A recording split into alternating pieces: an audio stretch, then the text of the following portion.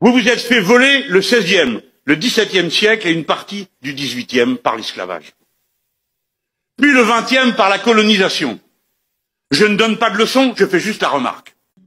Les médias actuels ne portent leur attention sur l'Afrique que pour donner des mauvaises nouvelles. Souvent, l'Afrique, c'est le continent oublié. Il est oublié dans les négociations de l'Organisation mondiale du commerce. Il est oublié lors des grandes alliances stratégiques. Lorsque les puissants de la Terre se réunissent, très très souvent, on ne parle de l'Afrique que pour couvrir ses dettes ou pour venir à son aide. Vous savez, souvent, quand on pense à l'Égypte, on pense pas à l'Égypte comme un pays noir, n'est-ce pas?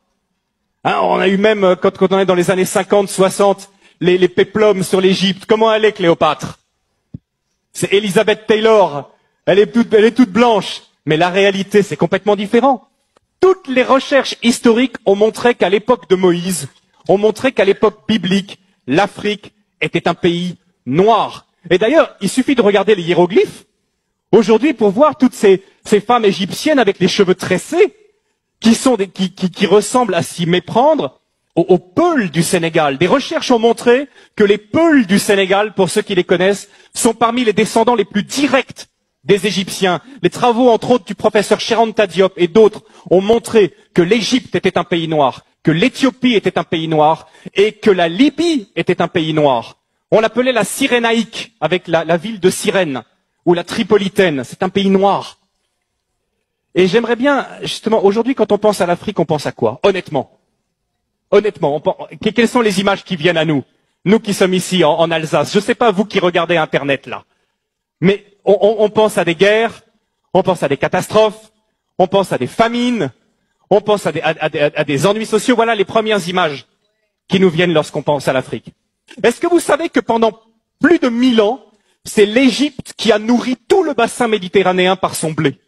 L'Égypte possède un cadeau de Dieu extraordinaire qui s'appelle le Nil, qui est probablement le fleuve le plus extraordinaire du monde, un fleuve qui vient du lac Victoria au Kenya, qui passe et qui coule dans un delta. Ce sont qui donnent la possibilité de faire du jardinage de façon extraordinaire.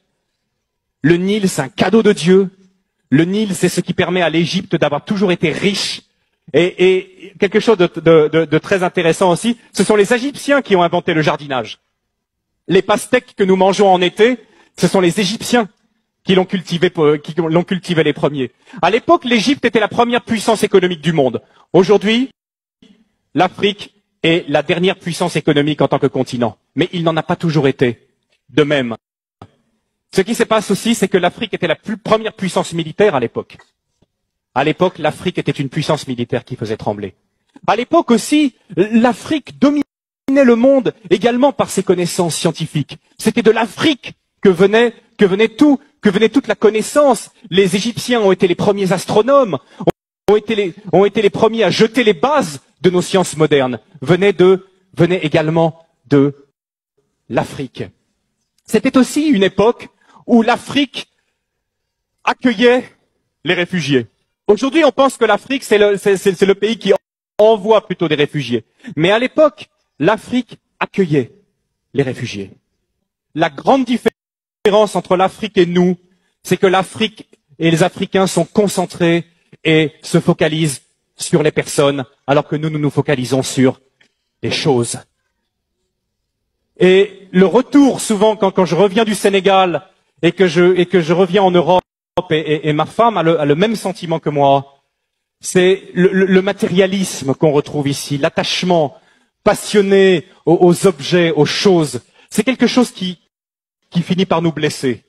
Et je sais que c'est quelque chose pour tous les visiteurs africains et pour tous ceux qui sont ici qui les blessent. Parce qu'en Afrique, la première chose, la plus importante, c'est les personnes. Vous pouvez pas savoir à quel point je bénis Dieu que mes enfants soient élevés en Afrique. Je bénis Dieu. Vous savez, lors de notre premier retour, après 3 ans passés en Afrique, notre premier retour, on avait une petite fille, notre deuxième, Loïs. Je crois qu'elle avait 2 ans. Et quand elle venait ici en Alsace, elle passait son temps comme ça, à lever les mains. Quand elle voyait les gens, elle levait les 2 bras comme ça.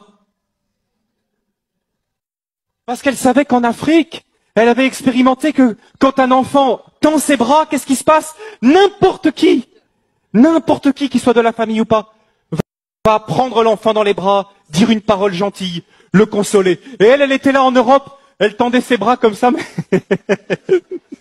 c'est pas la même chose ici. C'est pas la même chose. Grandir en Afrique, c'est grandir dans le continent le plus humain, le plus chaleureux, et pour moi, le plus merveilleux qui se puisse être. Je remercie. Encore une fois ce matin, je profite de ce passage, je dis merci à l'Afrique. L'Afrique est le continent le plus humain du monde. Alors bien sûr, chez nous, ça nous a apporté beaucoup. On a le développement, on a les machines, les voitures, on vit plus longtemps, on est en meilleure santé, on a de l'argent en banque. Est-on plus heureux? Est-on plus heureux? On nous dit toujours qu'on cherche le bonheur. Et je partage quelque chose aussi avec vous ce matin, c'est que je trouve en moyenne que les Africains que je connais sont beaucoup plus heureux, même s'ils ne sont pas chrétiens, sont en moyenne beaucoup plus heureux que même beaucoup de chrétiens que je connais en Europe. C'est triste à dire, n'est-ce pas? Mais nous sommes tellement soucieux. Et si nous regardons bien d'où viennent la plupart de nos soucis, ils viennent souvent de questions matérielles. Questions d'argent, des questions de travail qui nous minent. Mais les Africains que je connais, même s'ils ont des situations beaucoup plus difficiles, ni sécurité sociale, pas beaucoup d'accès aux médicaments, compte en banque, la plupart du temps, rien du tout, mais heureux. Heureux de vivre et reconnaissant pour les petites choses. Les nations et les peuples d'Afrique se sont fait voler le XVIIe et le XVIIIe siècle, sur le continent où l'histoire humaine a commencé et a connu ses premiers développements civilisationnels qui ont ensuite formaté le reste de la civilisation méditerranéenne. Je pense à l'Égypte antique. Vous vous êtes fait